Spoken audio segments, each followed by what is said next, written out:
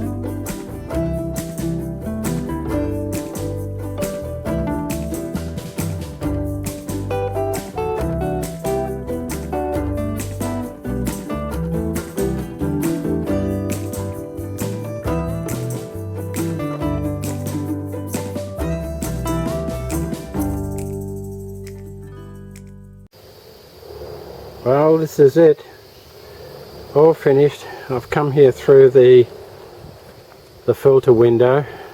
I'll explain later on why I had to do that, but I'm really pleased with that. And my spray booth has fared fairly well, considering the floor got a little bit on the sticky side. This is with the clear coats, so you know, I need to have a think about that, but I'll give you a full breakdown of what happened, what I would recommend, the pros and the cons, probably in my later on in this video, or maybe in my next one. But anyway, that's the job. Very pleased. And as I back up,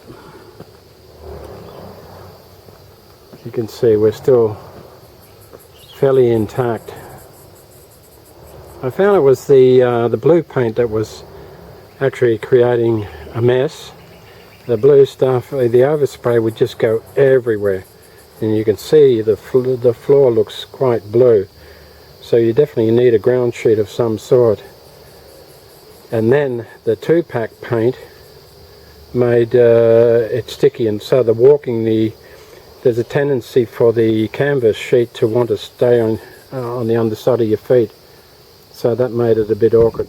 But again, I'll talk about that a bit more at length later on. Okay, let's discuss the pros and cons of this whole exercise. If I look at the pros first, the cost of the gazebo is about $100. I'm talking Australian dollars. The gazebo was about $100. The blower also about $112, and the timber to enclose the bottom structure was about $40. So that's about, let's say, $240, and the filter was probably about $20. So that's let's say $260 odd Australian. If I needed to use the booth rental, which was $250 a day, I would say that I would need 1.5 days. That would equate to about $375. The trailer rental to get the chassis mechanism to and from would be $100 a day, so there's another $200. So in all, also you need help. You have to have extra person to help you wheel it on, wheel it off, and so on. So that's $600 as against the $260. You can work, the pro is you can work at your own pace with breaks in between, so you're not rushed knowing that you've got to get in and out as soon as possible. The system certainly worked well for the base coat and the 2 clear coats that I had. Another point is that I was very pleased with the visibility, the light coming through the booth, and the ease of movement around it. So the 6 metre by 3 metre was a definite plus. The spray equipment I had worked really well, as did the compressor and access to that, the little bench that we had to mix the paints and the paint stirring accessories that I had. The masking tape I found sticks better on the tent wall with the filter pad as against, say, duct tape or even gaffer tape. The cons are as follows. I had issues with sticky floor when painting the clear, although after it dried you didn't notice it, but moving around as you're getting towards the end of your second coat, it just proved a bit awkward. I really don't know what to do about that, but there again it is a con. I had issues with cross ventilation. You might have noticed that I had to take the filter pad off to try and get better airflow. I actually found that I had issues with the blower. It was blowing half air out one way and half air out the other, but I didn't know that until right at the end, and I introduced just a fan I had lying around, a domestic fan, to try and help the cross ventilation. So my cross ventilation, I would say, broke down about 80% through the whole exercise. So that's it.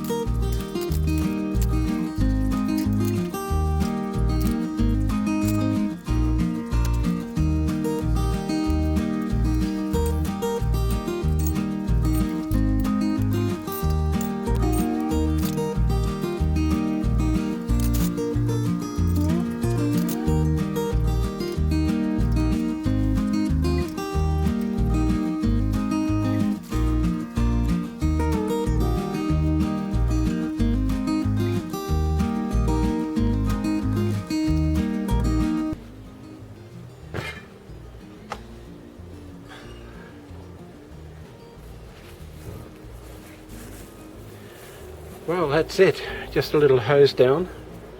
The blue paint is just a powder, so it's just sitting there. I'll just get this out of the way, give it a hose down. I'll have to leave this out tonight because I'm just going to move that into the shed to keep it out, put it out of the way. It's getting a bit late. I think the disassembly of that has taken about an hour, so that's not too bad.